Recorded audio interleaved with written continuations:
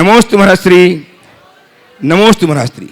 पहला प्रश्न लेकर के उपस्थित होंगे गुणायतन के आज जो श्रोमणी संरक्षक बने हैं श्रीमान गोदिका जी, सुभाष चंद्र जी गोदिका। दोनों गुरुदेव को नमोस्तु नमोस्तु नमोस्तु। आज मैं गुणायतन परिसर देख के धन्य हो गया। मेरा कोई प्रश्न नहीं है, मैं बस इससे जुड़ा हूँ जो बहुत कुछ बयान नहीं कर सकता। मैं सब शंकाएं, मेरी सारी शंकाएं दूर हो गई। देखिए, मैं एक बात कहना चाहूँगा गोदिका साहब से। ये 3 दिन से मेरे से मिलने का प्रयास कर रहे थे, आज चला कर आए और मुझसे कहे मुझे गुणायतन से जुड़ना है। मैंने पूछा किस रूप में? बोला जिस रूप में आप चाहो, मुझे तो जुड़ना है। और ये सीधे अब शिरोमणि संरक्षक के रूप में जुड़े हैं। ये इनके उदार भावों का सम्मान सबको करना चाहिए। और मैं तो वो अब मुझे दिख रहा है वो केवल सदस्य के रूप में नहीं जुड़े, हृदय से जुड़ गए हैं। और गोदिका साहब जुड़ तो गए हो, जुटना है और जोड़ना है, यही आशीर्वाद। यही आशीर्वाद। आइए डॉक्टर दिनेश जी, श्रीमती सरिता जी, डॉक्टर विनम्र जी, आकांक्षा जी, डॉक्टर परिवार कहें, सारे के सारे डॉक्टर, ऐसा परिवार विदिशा से आप प्रश्न प्रस्तुत करेंगे। और तैयार रहेंगे श्रीमान दीपक कुमार जी, श्रीमती रश्मि जी जैन, ओशी जैन, ओमी जैन कटनी। तो महाराज जी, हाँ बोलो।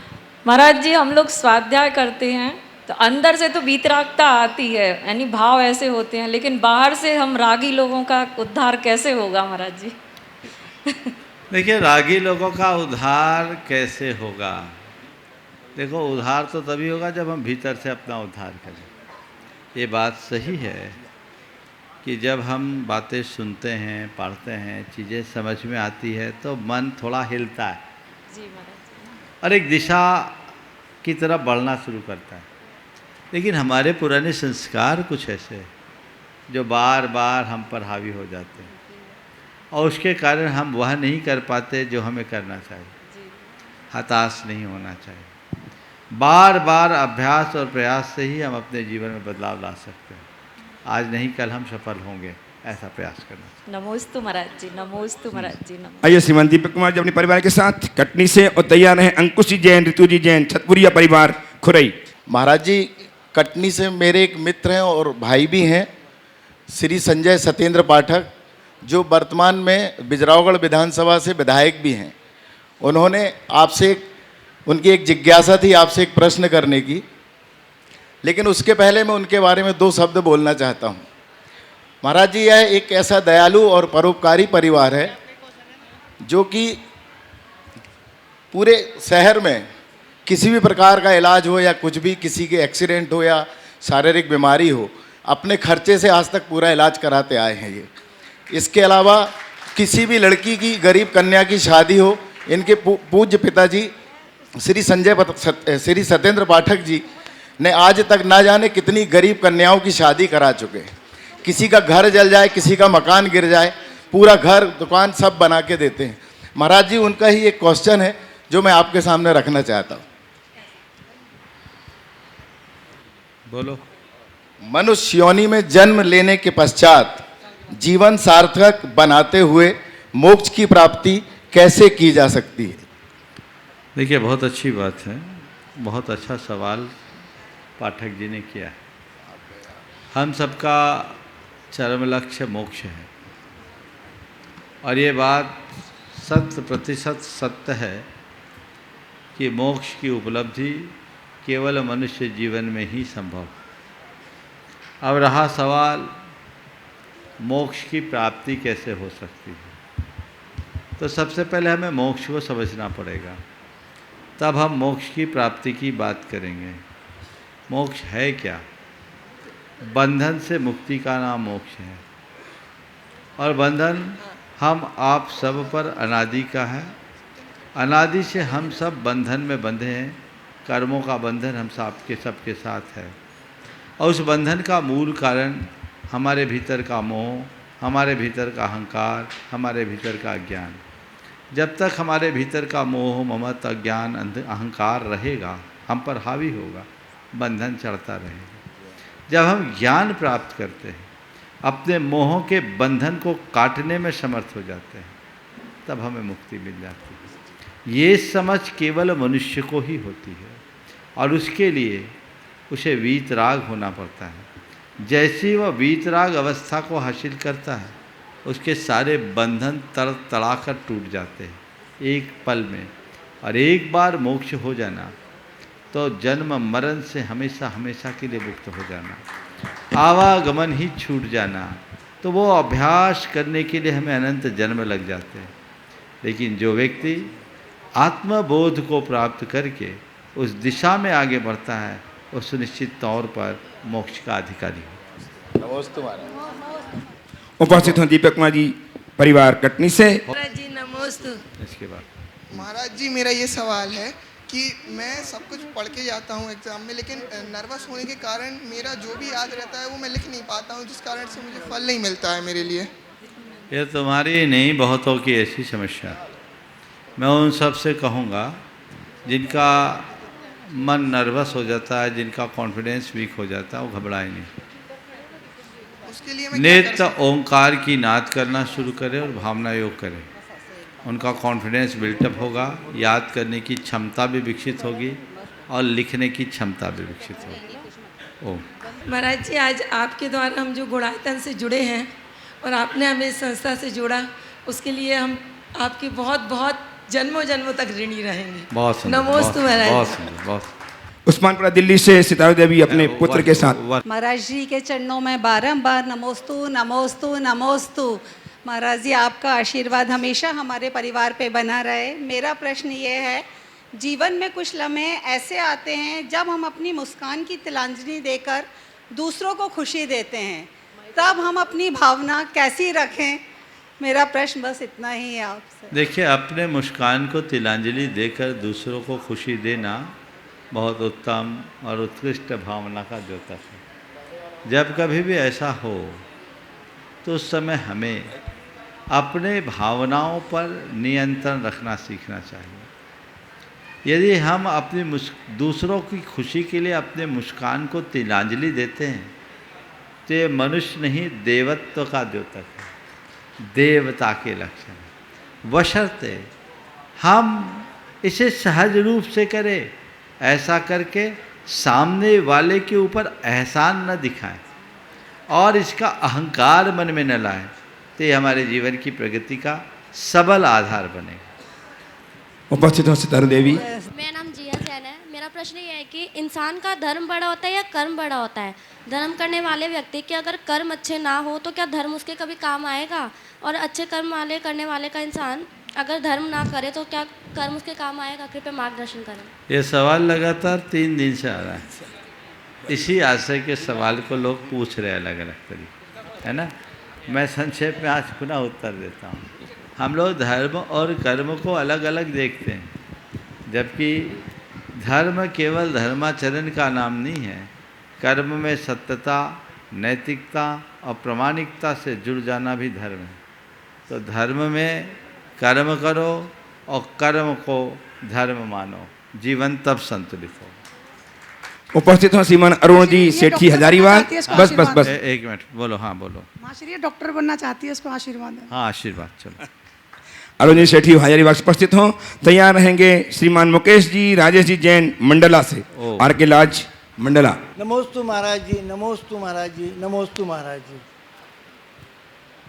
हमारे समाज के कुछ बिछड़े हुए लोग अगर इच्छा करें उनका समाज में वापस शामिल होने का, तो उसके लिए महाराज श्री किस प्रक्रिया से गुजरना होता है, या इसके लिए कोई प्रक्रिया है क्या?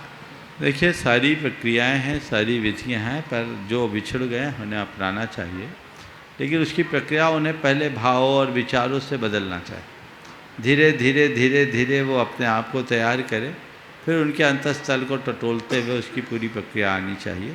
इस बात का मैं अभी मंच से कोई उल्लेख करना नहीं चाहता, पर ऐसे कोई भी व्यक्ति है उनसे मैं मिलना ज़रूर पसंद करूंगा, और हमें उनकी स्थिति को देख करके उनके जीवन में व्यापक बदलाव लाकर उनका स्थितिकरण करने का पूर्ण प्रयास करना चाहिए। ओम।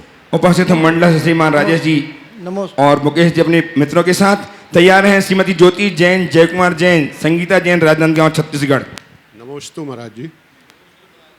मंडला नगर के गौरव परमादरणीय श्री अभय भैया जी, परमादरणीय श्री राकेश भैया जी ब्रह्मचारी और सकल दिगंबर जैन समाज मंडला के समस्त श्रावक श्राविका की ओर से दोनों महाराजों के श्री चरण कमलों में बारंबार नमोस्तु नमोस्तु नमोस्तु।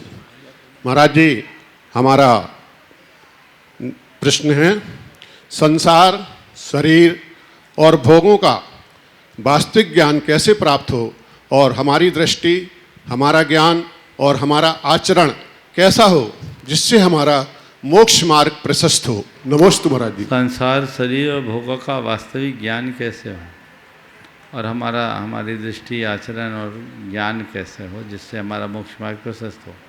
देखिए, संसार, शरीर और भोगों का ज्ञान करना चाहते हो तो जीवन की वास्तविकता को पहचानो। खुले आँखों से संसार में घटित होने वाले प्रसंगों को देखो, भोगों की निस्सारता को देखो और शरीर के अंतस की अपवित्रता को देखने की कोशिश करो। अपने आप संसार, शरीर और भोगों की निस्सारता का बोध होगा और हमारा मन धर्म से अनुरक्त होगा। साथ ही आपने पूछा है हम अपने दृष्टि, ज्ञान और आचरण को कैसे रखें, तो बस उसमें समीचीनता ले आएँ, सत्य के साथ जुड़कर करें, धर्म के साथ जुड़ कर के चले तो हम अपने जीवन का पथ आसानी से प्रशस्त कर सकेंगे। उपस्थित हों श्रीमती ज्योति जी, जय कुमार जी, श्रीमती संगीता जी राजनांव से अपनी मम्मी के साथ, और तैयार रहे श्रीमान हंस कुमार जी, जैन, नोएडा एक्सटेंशन, यूपी। द्वय मुनिराज के चरणों त्रिगुणायतन। द्वय मुनिराज के चरणों में वो समूचे छत्तीसगढ़ की ओर से त्रयकाल बारंबार नमोस्तु नमोस्तु नमोस्तु। महाराज जी, हम सप्तऋषि मंडल पूजन करते हैं, तो ये सप्तऋषि कौन है और इनको ये साथ ही क्यों होते हैं और ये चारण रिद्धि धारक क्यों कहा जाता है इनको? देखिए, सप्त ऋषि की कथाओं को थोड़ा देखना होगा तो उससे मालूम पड़ेगा। 7 ऋषि हुए हैं, ऐसी कथा आती, मुझे पूरा याद नहीं है, कुछ विस्मरण सा, पर एक ही माँ के जाए 7 पुत्र थे, 7 चारण रिद्धिधारी मुनिराज हुए थे और वे सब महान थे, इसलिए उनकी पूजा करते हैं।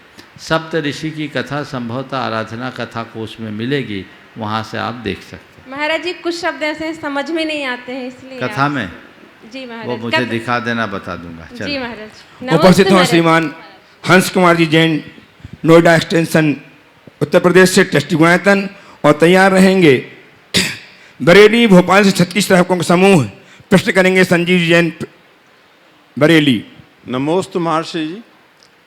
समस्त ग्रेटर नोएडा समाज, दिगंबर समाज की ओर से बारंबार नमोस्तु नमोस्तु नमोस्तु। महर्षि, मेरा प्रश्न है कि सम्यक दृष्टि श्रावक और अनुवर्ती श्रावक का सम्यक किस तरह निरंतर बढ़े, इसके लिए मार्गदर्शन चाहिए, और साथ ही अंत समय में सम्यक के साथ देह त्याग हो, इस कठिन परीक्षा में किस प्रकार से उत्कृष्ट सफलता प्राप्त हो। देखिए, सम्यक दर्शन में निखार कैसे आए, आपके सवाल का भाव है, उसका 2 ही मूल माध्यम है। देव, गुरु और धर्म के साथ जुड़े रहो और नियमित स्वाध्याय करते रहो, ये हमारे सम्यक्त्व की वृद्धि में सहायक है। आचार्य पूज्यपाद ने जिनेन्द्र भगवान की पूजा को सम्यक्त वर्धनी क्रिया कहा है और आचार्य कुंद ने जिन सूत्र को सम्यक्त का निमित्त कहा है। तो ये दोनों चीज़ें यदि हमारे जीवन से जुड़ती है तो हमारा सम्यक दर्शन उत्तरोत्तर निखरता रहे। जी, अंत में सम्यक्त पूर्वक मरण हो। मैं तो कहता सम्यक्त पूर्वक मरण ना हो, सम्यक्त पूर्वक समाधि मरण। जी महर्षि। तो सम्यक्त पूर्वक समाधि मरण करने के लिए क्या करना है? नित्य समाधि की भावना भाव। आप भावना भाते रहोगे तो अंत में ये रास्ता आपका प्रशस्त होगा। नमोस्तु। उपस्थित हों बरेली से 36 श्रावकों का समूह, संजीव जी उपस्थित हो जाएं। सीखते कि जल्दी प्रश्न कीजिए और तैयार रहें। श्रीमती रेखा जी, जैन, देहरादून। श्रीमती रेखा जी, जैन, देहरादून, तैयार रहेंगी। महाराज श्री बरेली सकल दिगंबर जैन समाज का नमोस्तु नमोस्तु। महाराज जी, मेरी एक शंका है हम सभी लोगों की, जीवन का सत्य क्या है ये सब जानते हैं, लेकिन वो सत्य पर चलने की कोई कोशिश नहीं करता। लोग सत्य पर क्यों नहीं चलते? कृपया इसलिए कि लोग मुर्दे को राम नाम सत्य बताते। जिस दिन जीते जी सत्य समझ लेंगे कि राम नाम सत्य है, तो फिर कभी इधर उधर नहीं भटकेंगे। सुनील जी आइए। महाराज जी नमोस्तु, महाराज जी नमोस्तु। महाराज जी आपने कहा था भगवान मतलब दाहिनी तरफ से करना चाहिए दर्शन और बाईं तरफ से, तो भगवान की दाहिनी तरफ से या हमारे दाहिनी तरफ से? ओ देखिए, भगवान के दाहिनी तरफ पुरुष, हाँ, और भगवान की बाएं तरफ महिला। नमोस्तु। आ जाइए श्रीमान सुनील जी। गुरुदेव के श्री चरणों में मेरा बारंबार नमोस्तु नमोस्तु नमोस्तु। महाराज श्री, मेरा प्रश्न शांति धारा के संबंध में है, जो कि सुख और शांति की अभिलाषा से कराई जाती है और उसमें एक उत्कृष्ट राशि का न्योछावर करने का संकल्प किया जाता है। श्री जी के मस्तक पर जल की धारा के द्वारा और मंत्रों की साक्षी में जो शांति धारा कराई जाती है, उस संकल्प राशि को देने में यदि कोई मतलब शांति धारा करता मतलब परमात्मा के वश या भूल के वश नहीं दे पाता है, तो क्या प्रायश्चित है और क्या दोष है? शांति धारा की महिमा अब सुविख्यात हो गई।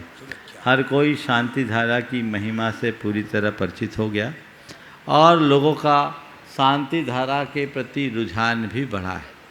अक्सर लोग करते हैं, पर हाँ कई बार ऐसा हो जाता है कि लोग शांति धारा की बोली बोलते हैं, शांति धारा कर जाते हैं और न तो वहाँ अपना नाम पता लिखवाते हैं, न फ़ोन नंबर लिखवाते हैं, घर जा कर के भूल जाते हैं और वो अपने द्वारा संकल्पित राशि दे नहीं पाते। तो ये उनके द्वारा एक निर्माल्य का दोष लगता है, निर्माल्य का बड़ा दोष। उस दोष से बचना चाहिए और उससे बचने का प्रयास करना चाहिए। यदि ऐसा है कहीं देकर भूल गए और किसी ने याद दिलाया, तो उसका प्रायश्चित सहित हमें भुगतान करना चाहिए। मैं सभी से पुनः सुझाव दूंगा, जब बड़े बड़े आयोजन होते हैं, एक साथ 10-10, 20-20 लोग शांति धाराएँ कराते हैं, लेकिन वे घर जाके भूल जाते, नाम पता नहीं रहने से आयोजक भी उनसे संपर्क नहीं कर पाते। कहीं पर भी न केवल शांति धारा अपितु किसी भी प्रकार का दान घोषित करो तो घर जाकर यथासंभव यथाशीघ्र भुगतान करने का प्रयास करो। नमोस्तु नमोस्तु। इन सबको तो तुरंत देना चाहिए शांति धारा। आज शांति चाहिए, 6 महीने बाद पैसा दोगे तो शांति भी 6 महीना बाद ही है। तुरंत करने का प्रयास करना चाहिए। और दूसरी बात, यदि कदाचित भूल जाए तो हम भूले ना, इसलिए आयोजकों को अपना नाम पता लिखवा देना चाहिए, फ़ोन नंबर लिखवा देना चाहिए और उनसे एक अनुरोध करना चाहिए कि भैया हम घर पहुंचेंगे, आप एक रिमाइंडर दे देना। और यदि कदाचित कमेटी के लोग आपसे संपर्क करते तो बुरा नहीं मानना चाहिए, अभी तो उनको धन्यवाद देना चाहिए कि आपने हमारा ध्यान दिलाया, बहुत बहुत धन्यवाद, हम ये राशि शीघ्र भेज रहे हैं। ये करना चाहिए। आपकी तालियां लगातार बजनी ही चाहिए। मैं ऐसे व्यक्तित्व की उम्मीद कर रहा हूँ। परम पूज्य गुरुदेव के चरणों में सादर नमन। गुरुदेव, आज एक बहुत दुखद समाचार के साथ यहाँ प्रस्तुत हुआ हूँ। आज हमारे शिरोमणि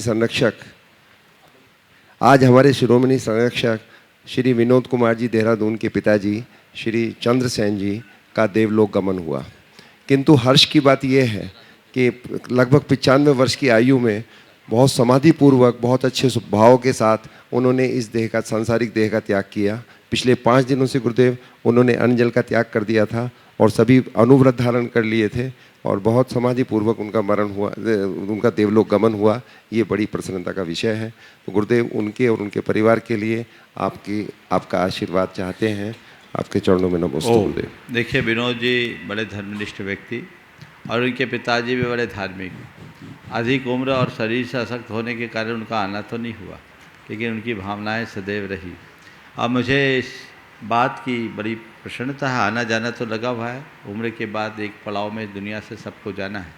वह प्रसन्नता इस बात की है कि वे समाधि पूर्वक गए और मुझे इस बात की और खुशी है कि उनकी समाधि उनके पुत्रों ने कराया, विनोद जी ने कराया, उनके घर में ही कराया। अगर घरों में यह व्यवस्था बनने लगे तो हमारे समाज का काया पलट हो जाए। इस तरह की व्यवस्थाएं बननी और बनानी चाहिए, उसके लिए सतत प्रयासरत रहना चाहिए। मैं पूरे परिवार को आशीर्वाद देता हूँ। और विनोद जी अभी अपने पिताजी की जो सेवा उन्होंने की, सब सुख दुख भूल करके अपने पिताजी की सेवा उन्होंने की, और सबसे उत्तम सेवा तो ये कि उनकी समाधि कराया। इसके लिए मैं पूरे परिवार को आशीर्वाद देता हूँ और लोगों से भी कहता हूँ अपने माँ बाप की ऐसी ही सेवा करो, उनके सुख सुविधाओं का ही ख्याल न रखो, अब तो उनके जीवन के उद्धार का रास्ता प्रशस्त करो। पूरे परिवार को बहुत बहुत आशीर्वाद। उपस्थित हों श्रीमान शशि जी, संतोष जी गोधा परिवार मिर्जापुर, जिन्होंने अपना बेशकीमती भूखंड गुणातन के लिए प्रदान करके जीवन को अनुपम बनाया है। इनके सम्मान में तालियां बजती रहें। गोधा परिवार में प्रश्न प्रस्तुत करेंगे और तैयार हैं डॉक्टर अतुल जी, डॉक्टर रत्ना जी जैन घोवारा वाले सागर। दो महाराजों के चरणों में नमोस्तु नमोस्तु नमोस्तु। महाराज जी, मेरा प्रश्न ये है, सोने चांदी के सिक्कों की उपयोगिता तो हम सभी लोग जानते ही हैं, लेकिन हमारी ज़िंदगी में खोटे सिक्के की क्या उपयोगिता है? क्योंकि कहा जाता है कि बुरे वक्त में खोटा सिक्का ही काम आता है। नमोस्तु गुरुवार। सोने चांदी की उपयोगिता तो है ही, खोटे सिक्कों की क्या उपयोगिता? क्योंकि कहा जाता है बुरे वक्त में खोटा सिक्का भी काम आता है। बस ये ध्यान रखो, खोटा सिक्का केवल बुरे वक्त में ही आता, पर जो अपनी ज़िंदगी खरे सिक्के की तरह अपनाते हैं उनका जीवन में खोटा वक्त ही नहीं आता। मैं बात को दोहरा रहा हूँ, खोटे वक्त में बुरे वक्त में खोटा सिक्का भी काम आता है, ये सही है, पर मैं ये कहूँगा जो अपने जीवन में जो जीवन भर खरा सिक्का बना रहता है उसके जीवन में खोटा वक्त नहीं आता। इसलिए हम खरे के ही प्रति ज़्यादा सजग रहे तो अच्छा है। उपस्थित हों डॉक्टर अतुल जी, डॉक्टर रत्ना जी घुमारा वाले सागर से, और तैयार रहेंगे जिन्हें हम निरंतर टीवी में ऑनलाइन प्रश्नों के माध्यम से, अच्छे प्रश्न के माध्यम से सुना करते हैं। आज उपस्थित हैं मयूरी जी, गिरीश जी जैन रीठी। नमोस्तु महाराज जी। महाराज जी के चरणों में बारंबार नमोस्तु। महाराज जी, मेरी ये शंका है कि जब अल्प आयु में किसी गंभीर बीमारी से ग्रसित हो जाते हैं तो ऐसे में हमारा मन हर क्षण विचलित रहता है। हम आर्थिक, मानसिक, शारीरिक, सामाजिक सब परिस्थितियों से घिर जाते हैं और हम स्ट्रेस के साथ साथ प्रेशराइज फील करते हैं। और सभी बड़े जन और सभी अपने गुणीजन यही कहते हैं कि सिर्फ आप धर्म करें तो ठीक हो जाएंगे। चाहते हैं करना, करते भी हैं, लेकिन ऐसा लगता है कि स्ट्रेस और प्रेशर की वजह से उसको प्रॉपर फॉलो नहीं कर पाते और उतना विश्वास नहीं जग पाता है। तो ऐसे में महाराज जी हम सामंजस्य कैसे स्थापित करें? कृपया देखिए, सबसे पहले बात तो मैं कहूँगा कोई कितना भी बीमार है अपनी तन की बीमारी को तन तक सीमित रखे, उसे मन पर हावी ना होने दे। गड़बड़ियाँ तब होती है जब हम तन की बीमारी को मन पर हावी कर देते हैं, और जब जब तन की बीमारी मन पर हावी होती है मनुष्य जीवन भर बीमार रहता है। आपके नाम के साथ डॉक्टर बुलाया, यदि आप डॉक्टर से पेशे से डॉक्टर हो तो आप इस बात को भली भांति जानते होंगे कि तन की बीमारी के 100 इलाज हैं, मन की बीमारी का कोई इलाज नहीं। और ये भी आज मेडिकल साइंस भी इस बात को मानता है कि हमारे ज़्यादातर बीमारियां मनोकायिक होते हैं। शरीर में उसके लक्षण तो दिखते हैं लेकिन उसका केंद्र मन होता है। तो यदि हमने मन को बदलने की सामर्थ्य विकसित कर ली, मन पर हमने ध्यान रख लिया, तो अपनी बीमारियों को बहुत अंशों में ठीक कर सकते हैं। दूसरी बात, बीमारियां रहती है, छोटी मोटी बीमारियां होती है, बड़ी बीमारियां भी होती है, कुछ जानलेवा बीमारी भी होती है, कुछ लाइलाज बीमारी भी होती है। मैं ये कहूँगा अपने जीवन में जब कभी भी बीमारी हो तो सकारात्मक सोचें। सकारात्मक इस अर्थ में सोचें कि मैं बीमार तो हूँ पर बिस्तर पर तो नहीं हूँ, मेरी बीमारी का इलाज नहीं है, ठीक है, पर असह्य तो नहीं है, सहन करने योग्य तो है। आज मैं बीमार हूँ फिर भी चल फिर तो रहा हूँ। मेरे पास एक युवक आया, उसके पैर में एक ऐसी बीमारी थी जिसे फुट स्ट्रोक बोले थे, कि वो चल फिर नहीं पाता, और डॉक्टरों ने बोला था कि आदमी 25-27 साल की उम्र से ज़्यादा नहीं जिएगा, धीरे धीरे उसके मसल्स में कुछ होता है और वर्ल्ड में उसका कोई इलाज भी नहीं। वो बहुत हताश था। मैंने उसे कहा, देख भाई, तेरे तन को बीमारी, तेरी आत्मा को, तेरी चेतना को कोई बीमारी है क्या? बोला नहीं है बीमारी। तो तुम हर पल ये ध्यान रख, एक मंत्र को अपने मन में घोटो, स्वस्थ हो हम, मैं स्वस्थ हूँ, और शुद्ध हो हम, मैं शुद्ध आत्मा हूँ। मैं देह नहीं आत्मा हूँ, बीमारी तन को है, ये जाएगी, कर्म के निमित्त से आई है, चले जाएगी। शरीरम व्याधि मंदिरम, हर व्यक्ति के शरीर में बीमारियाँ हैं, किसी की प्रकट हो गई, किसी की अप्रकट है, चले जाएगा। काया तो रोगमय है ही, मैं इस काया का व्यामोह क्यों करूं? मेरी चेतना पूर्णतः अरुग्न है, मेरी चेतना पूर्णतः स्वस्थ है और वही मैं हूँ। ये समझ अपने भीतर विकसित करो तो तुम्हारी धारा बदलेगी। अपना शरीर अपना काम कर रहा है, तुम अपना काम करो। डॉक्टर इलाज कर रहे हैं, करने दो। तुम अपने मन का इलाज अपने हाथ में रखो, तुम्हारी बीमारी तुम पर हावी नहीं होगी। तुम अपने आप को बीमार मानो ही नहीं, क्योंकि इतना सब कुछ होने के बाद भी तुम मुझ तक आ गए। बोल रहे हो, बता रहे हो, तुम्हारा मस्तिष्क पूरा काम कर रहा है, सब काम कर रहे हो। तुम धर्म ध्यान भी करने में समर्थ हो और अपना काम भी कर रहे हो। ये वेदना है तो इस वेदना को सहो। क्यों? क्योंकि रोते हुए भी सहोगे तो तुम्हें सहना है और मुस्कुराते हुए सहोगे तो भी तुम्हें सहना है। जब दोनों परिस्थितियों में सहना ही तुम्हारी नियति है तो फिर क्या सोचना। ये सोचो ये बीमारी नहीं आई है, ये बीमारी मेरे लिए कर्म काटने के लिए एक प्रकार की तपस्या बन करके आई है। अपने आप कर्म कर जाएगा। अपने आप को मोटिवेट करो। ये एक मौका है। विपत्ति में भी संपत्ति खोजी जा सकती है यदि ऐसी दृष्टि हो। उपस्थित हो मयूरी जी, गिरिशी जैन, रीठी प्रवासी रायपुर, आज हमें पुनः इनके समक्ष हमारे समक्ष उपस्थित होकर के प्रश्न करके दिशाबोध कराएंगी मयूरी जी। और तैयार हैं ऋतु जी जैन, शहपुरा भिटोनी। नमोस्तु महाराज जी, नमोस्तु। मेरे रीठी और रायपुर परिवार की ओर से नमोस्तु। महाराज जी, अगर घर का कोई सदस्य ऐसा हो जो दान पुण्य नहीं करता हो और कभी पिता के रूप में भी बाधक नहीं बनता, ना पति के रूप में बाधक बनता है, पर वो खुद उस मार्ग में नहीं चलता और वो दान पुण्य खुद नहीं करता, तो उसमें उसका क्या पुण्य है और ऐसा क्या करना चाहिए कि वो खुद भी उस मार्ग पर चले? पहली बात तो इस बात का फक्र मानना चाहिए कि कम से कम ना पिता के रूप में बाधक है, ना पति के रूप में बाधक है। और आप महिलाओं को तो इन दोनों की बाधाएं पार करनी पड़ती, बड़ी मुश्किल होती है। तो या तो पिता बाधक बने या पति बाधक। घर में पिता को बाधक देखते हैं और शादी के बाद पति बाधक बन जाता है। तो वो सब भाग्यशाली हैं जिनके यहाँ कोई बाधक नहीं।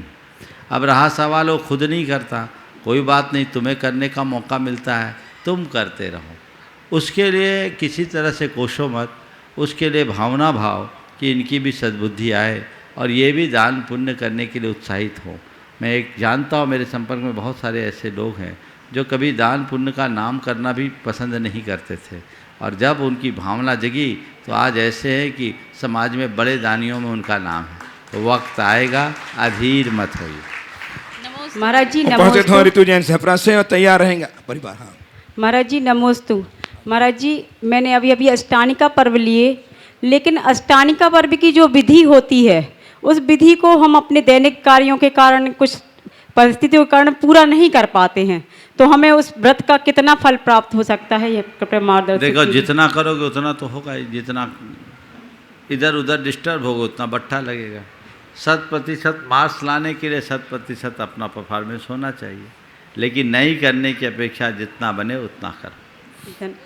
आइए श्रीमान पंकज जी पार्षद ललितपुर से, जो आज ही नहीं अपितु अनेक कार्यक्रमों में लगातार जब से गुरुदेव के श्री चरणों से जुड़े हैं, लगातार अपनी सेवाएं अपने साथियों के साथ, इनके नेतृत्व में पूरी टीम आएगी।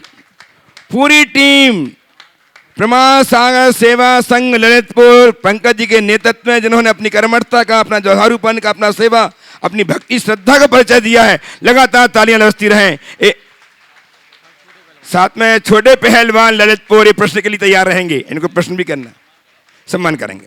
इनका सम्मान करने के लिए आमंत्रित कर रहा हूँ गुणायतन के CFO श्रीमान सुनील जी जैन, गुणायतन के CEO श्रीमान सुनील जी सुभाष जी जैन, गुणायतन के मुख्य प्रशासक श्रीमान शैलन जी जैन आए, और सिद्धार्थ जी कासलीवाल प्रशासक गुणायतन वे भी आए, और इनका सम्मान, सारे समूह का सम्मान एक एक शिक्षा से आइए, सब लाइन से गुरुदेव चरण का वंदना करें। लगातार तालियां बजती रहे। भाई साहब, ये ऐसा परिवार है, सेवा परिवार, जब भी गुरुदेव का आदेश होता है ये सारे कामों को छोड़कर भागे चले जाते हैं गुरुदेव के चरणों में, और लगातार अपनी किसी प्रकार की विषमता को ना देखते हुए अपनी सेवाएं प्रदान करते रहते हैं। पूरी श्रीमती चंद्रिका जी पाटनी रांची ये भी आए, और प्रतिभा शकुन दीदी ये भी आए, इनका सम्मान करें। इन युवा साथियों का इनकी प्रेरणा, इन्हें प्रेरणा दें, प्रोत्साहित करें शिक्षा के साथ। मैं फिर कहूंगा आपकी तालियां लगातार बजती रहें, क्योंकि ऐसे आपके अपने युवक हैं जो निरंतर खंड सारा कहाँ गए वे,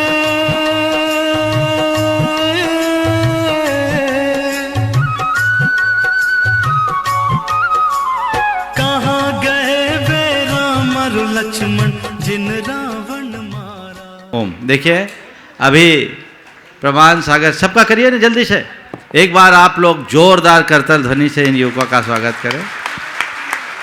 इन लोगों का जितना सत्कार करो उतना कम है। पंकज भाई हर कार्य में आगे, और अभी कई दिनों से ये अस्वस्थ चल रहे हैं, आप इनकी चाल देख रहे हैं, और एक बहुत भयानक बीमारी को हराया है इन्होंने। लेकिन उन सब की परवाह किए बिना जब कभी कोई काम पड़े, सब काम छोड़कर पूरी टीम के साथ ये लोग अपने अपने दुकान, और कई लोग तो जॉब करने वाले हैं, उनको छोड़कर बराबरी से सब कार्यों में अपनी सहभागिता देते हैं। और न केवल सहभागिता देते हैं, अपितु अपनी सेवा से सबका दिल भी जीत लेते हैं। मैं पूरे के पूरे इन बच्चों को आशीर्वाद देना चाहूँगा। पंकज का मार्गदर्शन इन लोगों के साथ है, जो लगातार 6 कार्यकालों से पार्षद है ललितपुर में, और इतनी समाज सेवा के क्षेत्र में आगे। और इन बच्चों को जब हमारा ललितपुर में चातुर्मास था तो ये सब बच्चे 10-10, 12-12, 14-14 साल के थे।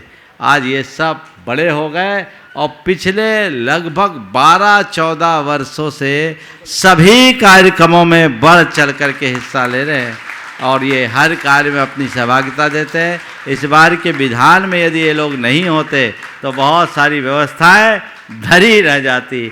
मैं इन सबको इस भाव से आशीर्वाद देता हूँ कि इसी तरह धर्म प्रभावना के क्षेत्र में लगे रहे और देव गुरु शास्त्र की सेवा में अपने आप को समर्पित रखें। और पंकज भाई से और आज उनके साथ ललितपुर में जो सब युवाओं के प्रेरणा स्रोत रहे हैं और छोटे पहलवान, इनको भी आशीर्वाद देता हूँ कि ये लोग पूरी तरह स्वस्थ रहे और इन सबको इसी तरह एकजुट रख करके आगे बढ़ाते रहे। सभी को आशीर्वाद। हाँ बोलो। प्रश्न प्रस्तुत करेंगे, समाधान प्राप्त करेंगे श्रीमान छोटे जी पहलवान ललितपुर एकता जैन के साथ। नरेंद्र जी जैन छोटे पहलवान एकता जैन के साथ ललितपुर से अपना प्रश्न प्रस्तुत करें और तैयार रहें। श्रीमान मुकेश जी जैन कानपुर। महाराज जी सिर्फ मुझे आशीर्वाद चाहिए। ये पंकज मेरा छोटा भाई है, लेकिन अब मैं इसका छोटा भाई बनना चाहता हूँ महाराज जी। अब इसके आगे मेरी सेवाएं फीकी लगने लगी हैं मुझे, इसलिए महाराज जी ऐसा आशीर्वाद दें कि हमारा ये भाई हमारे लिए बराबर अपने साथ जोड़ के रखे। बहुत बहुत बहुत बहुत अच्छी बात आपने की है। ये छोटे भाई का बड़प्पन है कि उसने पंकज के लिए ये बात कही है, बात सही है। छोटा आजकल थोड़ा शरीर से शिथिल होने के कारण भले शिथिल हुआ है, लेकिन इनके बड़े योगदान है।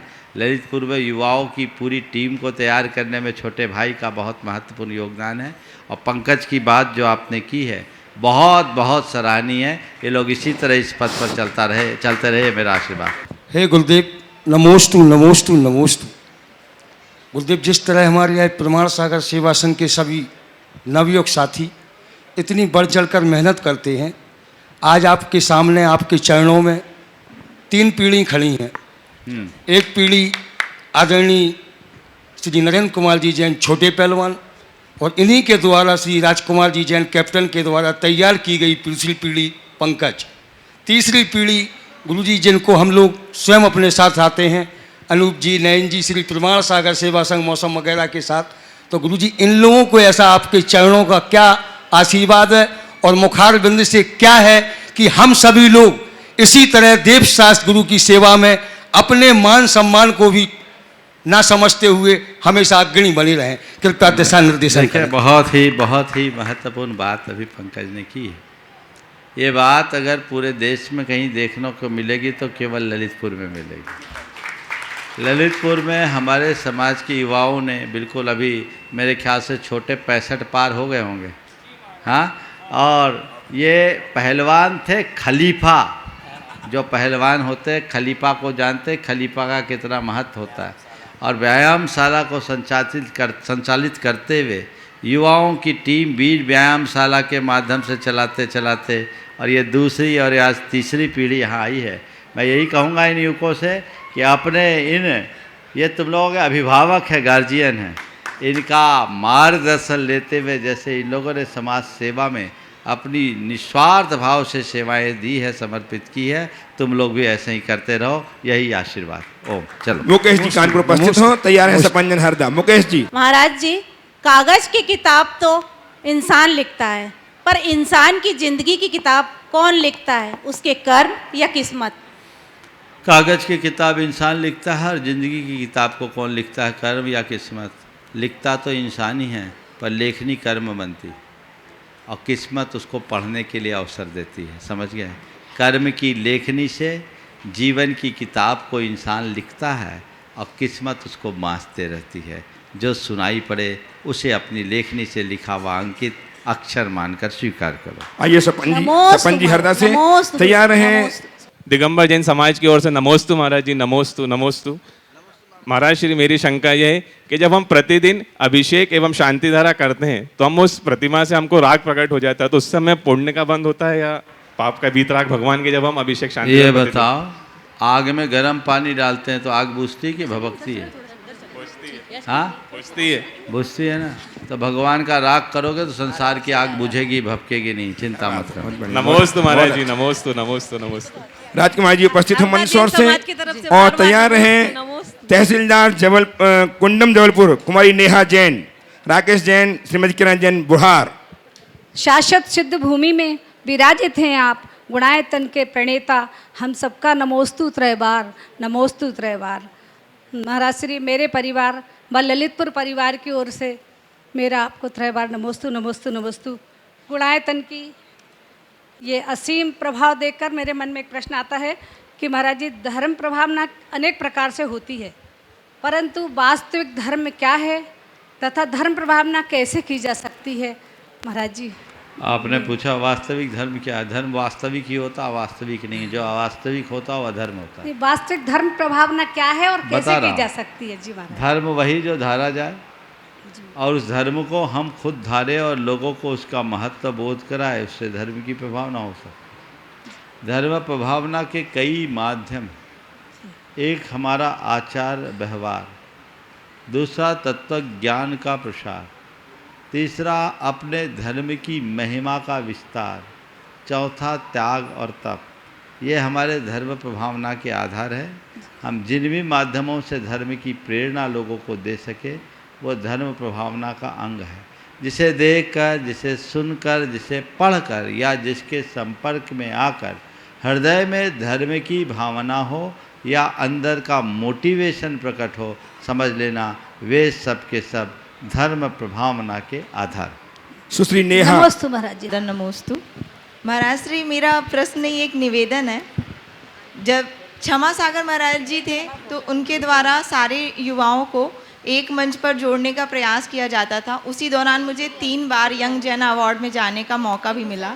तो मेरा निवेदन है महाराज जी, जिस प्रकार क्षमा सागर महाराज जी द्वारा यंग जन अवार्ड द्वारा पूरे भारत के प्रतिभावान युवाओं को एक मंच पर जोड़कर सम्मानित तो किया ही जाता था, साथ ही जैन आदर्शों जैसे आहार कैसे देते हैं, जैसे साउथ के बच्चे या ऐसे राज्यों के बच्चे हैं नॉर्थ ईस्ट के जिनको ये भी नहीं पता है कि नवधा भक्ति क्या होती है, आहार कैसे देते हैं, तो वहाँ हमें आहार देने की प्रक्रिया या हमारी भक्ति की प्रक्रिया से अवगत कराया जाता था। तो क्या महाराज जी आपसे मेरा ये निवेदन है कि आपके सानिध्य में, क्योंकि जैसे वो हमें व्यवहारिकता से परिचय कराते थे, जैसे उन्होंने एक बहुत छोटी बात कही थी कि यदि आपके ऑफिस का नौकर यदि आपके ऑफिस में कपड़ा नहीं मारेगा तो आप एज अ अधिकारी बन के वहाँ पर साफ टेबल पर नहीं बैठ सकते हैं। तो बहुत छोटी छोटी चीज़ों से व्यवहारिकता से परिचय कराते थे। सेम वही चीज़ हम सुनते हैं यहाँ पर कि आप भी हमें व्यवहारिक उदाहरणों के माध्यम से परिचय कराते हैं। तो महाराज जी मेरा निवेदन है कि ऐसा ही एक मंच हमें पुनः मिले तो हमारी जो जैनों की जो समस्याएं हैं, जैसे तीर्थ रक्षा है या और भी चीज़ें, जैसे हम देखते हैं सिद्ध क्षेत्र में एक प्रोटोकॉल होना चाहिए कि रात्रि में जो डोसे की दुकान है, फुल्की की दुकान 12-12 बजे रात तक खुली रहती है, तो उसका भी बैन हो, तो ऐसा कुछ महाराज जी सारे युवाओं को, सारे युवा अधिकारियों को जोड़ने का एक मंच आपके मार्गदर्शन में प्रदान करने हेतु निवेदन है। बिल्कुल, आपने भाव अच्छा व्यक्त किया है, अन्यत्र भी किया जा रहा है। देखो अवसर आएगा तो जरूर हो। महाराज जी मैं इससे जुड़ने के लिए हमेशा आयुष बीना से उपस्थित हो। नमोस्तु नमोस्तु। मुनिश्री, जो होता है कर्मों की ही देन है, लेकिन हम बोलते हैं कि जो हुआ वो भगवान का इशारा है। अभी कुछ ऐसा हो रहा कि एक पर लगता है इशारा बाई ओर है तो दूसरे पर लगता है दाई ओर। ऐसे में महाराष्ट्री हम अंतः मन के गंधर को कैसे जगाएं कि हमें भगवान का इशारा समझ आ जाए? देखो, पहले भगवान को इसमें बीच में मत घसीटो। भगवान को इशारा ही नहीं करते, भगवान की मुद्रा देखो। जी समझ गए? ये तो हम लोग भगवान को बदनाम करते हैं। कुछ भी होता है करनी हमारी खोटी होती है और दोष भगवान को देते हैं। भगवान तो ज्ञाता दृष्टा है, हमारे भगवान कोई इशारा नहीं करते। हमारे भगवान का एक ही इशारा है, रिकॉर्डिंग चालू है, सावधान रहो, अपनी मुद्रा ठीक रखो। अगर कुछ गड़बड़ होगा तो ज़िंदगी भर वैसा ही हो जाएगा। सब कुछ हमारे कर्मों के अनुसार है। हमारे हाथ में एक ही बात है, जब हम कर्म करें तब सावधान हों। कर्म करते समय यदि हम सावधान होंगे तो कर्म भोगने में हमें आंसू नहीं बहाना पड़ेगा। इसलिए हर पल जागरूक रहे, जिससे अपने जीवन की दिशा और दशा को ठीक कर सके। जी उपस्थित साक्षी जी, सुनील जी, नटन परिवार, विदिशा ट्रस्टी गुणायतन। नमोस्तु महाराज जी। महाराज जी, जब भगवान की माता को 16 स्वप्न आते हैं तो उन्हें लक्ष्मी जी क्या उसी स्वरूप में दिखाई देती हैं जिस स्वरूप में आज अन्य धर्म में पूजी जाती हैं? देखिए, लक्ष्मी एक देवी के रूप में है और उसका अंकन कमलासन पर रखा जाता है, तो उसे उसी रूप में देखा जाता है और भगवान के सपने में लक्ष्मी का वही रूप दिखता है। महाराज, इशारा लगता है कि दो रास्ते में जो हमें लगता है, तो उनमें से हम कैसे चुने कि कौन सा लेना चाहिए? हाँ, जब मन में दुविधा हो उस समय भगवान को ध्यान रखो और जो अंदर की प्रेरणा हो उसे चुन लो और अपने आप को सफल मान लो, सफल महसूस कर लो। जीवन की उसमें ही पूर्णता। नमित जी उपस्थित हो विजय कुमार जी के साथ जबलपुर से। त्रिवार नमोस्तु नमोस्तु नमोस्तु। महाराज जी, जीवन की सबसे बड़ी चीज़ होती है वर्तमान। वर्तमान यदि एक बार चला जाए तो सारी दुनिया की दौलत देकर भी वर्तमान को अपन वापस नहीं ला सकते। जीवन महाराज जी, हमें अपने ऐसा क्या करना चाहिए कि अपना वर्तमान सुरक्षित रख सकें अपन? बस इस वाक्य को अपने जीवन का बोध वाक्य बना लेना चाहिए। समझिए, एक बार खो गया तो कुछ नहीं आ सकेगा। इस प्रकार आज के सत्य को परम पूज्य गुरुदेव के चरणों में नमन अर्पित करते हुए मैं यहीं पर विराम दे रहा हूँ।